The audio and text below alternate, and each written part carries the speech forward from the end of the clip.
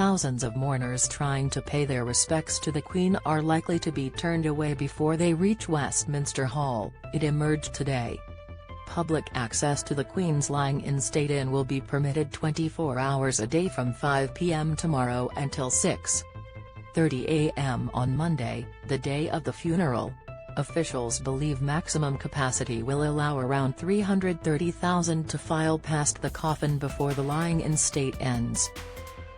The estimate assumes that people will pass through Westminster Hall at the rate of more than 50 every minute, day and night, for 4.5 days.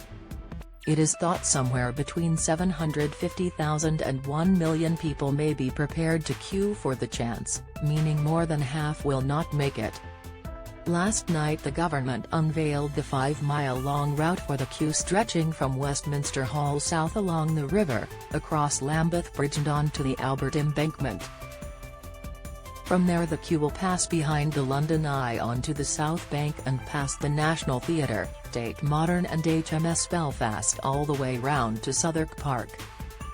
Hopefuls are already sleeping on pavements to secure good places amid warnings the average wait could take 35 hours. The government has made separate access plans for those less able to queue, including wheelchair users. A spokesman for the Department of Culture, Media and Sport, which is responsible for Operation Feather to control the queues, said, "The accessible route will begin at Tate Britain, where timed entry slots will be issued for a queue heading along Millbank to the Palace of Westminster." Queen's 5-mile route to Westminster Abbey laid there as 1 million flock to London. Image, Getty. 1 million people are expected to gather to see Her Majesty. Image, Getty. Guide dogs, hearing dogs and other official assistance dogs will be permitted in Westminster Hall. British Sign Language interpreters will be available. More than 1,000 dedicated volunteers, stewards and Metropolitan Police officers will be on hand to assist members of the public wanting to pay their respects and keep them safe. Extra welfare facilities in place will include toilets and water fountains at various locations along the route. Local organisations including the South Bank Centre, National Theatre, BFI South Bank and Shakespeare's Globe will be opening their doors for extended hours to provide refreshments and comfort breaks to queuers around the clock. The BFI will have an outdoor screen showing archive footage of the Queen and her reign. Cafes and other local businesses are also expected to open for extended periods alongside welfare centres to provide refreshments for those in the queue.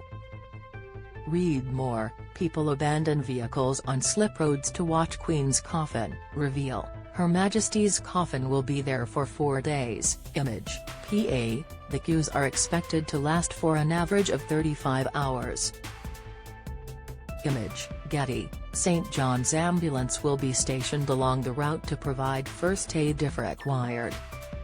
More than 100 scouts aged between 18 and 25 from across the UK will join volunteers from Samaritans to offer help where it is needed. Once inside the Palace of Westminster, people will be able to walk past the coffin, which will be raised on a catafalque and draped in the royal standard, with the orb and sceptre placed on top. It will be guarded around the clock by a vigil of units from the Sovereign's Bodyguard, the Household Division or Yeoman Warders of the Tower of London. Visitors were warned they will have very little opportunity to sit down, as the queue will be continuously moving. Questions have been raised over the accessibility of the occasion. People will not be allowed to camp and will be given numbered wristbands to indicate their place in the queue so they are able to leave and come back. The DCMS issued further guidance to those queuing, reading, "When you reach the back of the queue, you will be given a coloured and numbered wristband. This is a record of when you joined the queue. Having a wristband does not guarantee your entry to the lying-in state. Wristbands are specific to each person joining the queue, and are strictly non-transferable. You must keep this wristband on at all times as it will be checked along the route. Your wristband also allows you to leave the queue for a short period to use a toilet or get refreshments, then return to your place in the queue. Before entering the Palace of Westminster, everyone will be subject to an airport-style security search.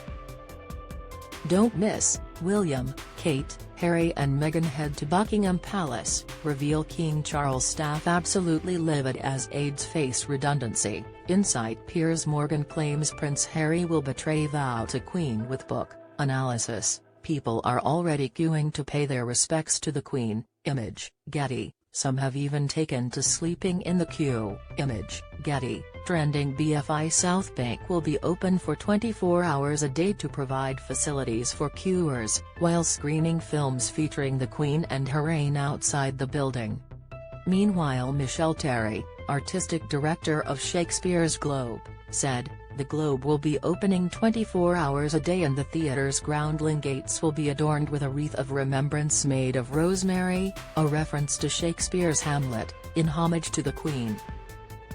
Some 10,000 police officers will be on duty daily in London over the next week, with Simon Morgan, a former Metropolitan Police personal protection officer for the Queen, saying that Met protection teams will be stretched.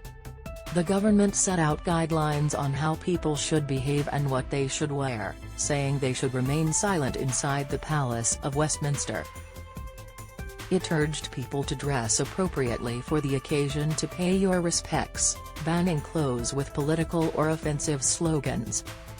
A spokesman said, "Please respect the dignity of this event and behave appropriately. You should remain silent while inside the Palace of Westminster. Those queuing will be guided by signs and policemen." Image, Getty. Government guidance stated, "Please note that the queue is expected to be very long. You will need to stand for many hours, possibly overnight, with very little opportunity to sit down, as the queue will keep moving." It also asked people to think carefully about whether to take youngsters with them. "Please consider this before you decide to attend or bring children with you. Only bags smaller than 40 cm by 30 cm by 20 cm will be allowed into the hall. Larger bags can be left at the bag drop facility, but capacity is limited. It may be full, and waiting for a space will increase people's queuing time."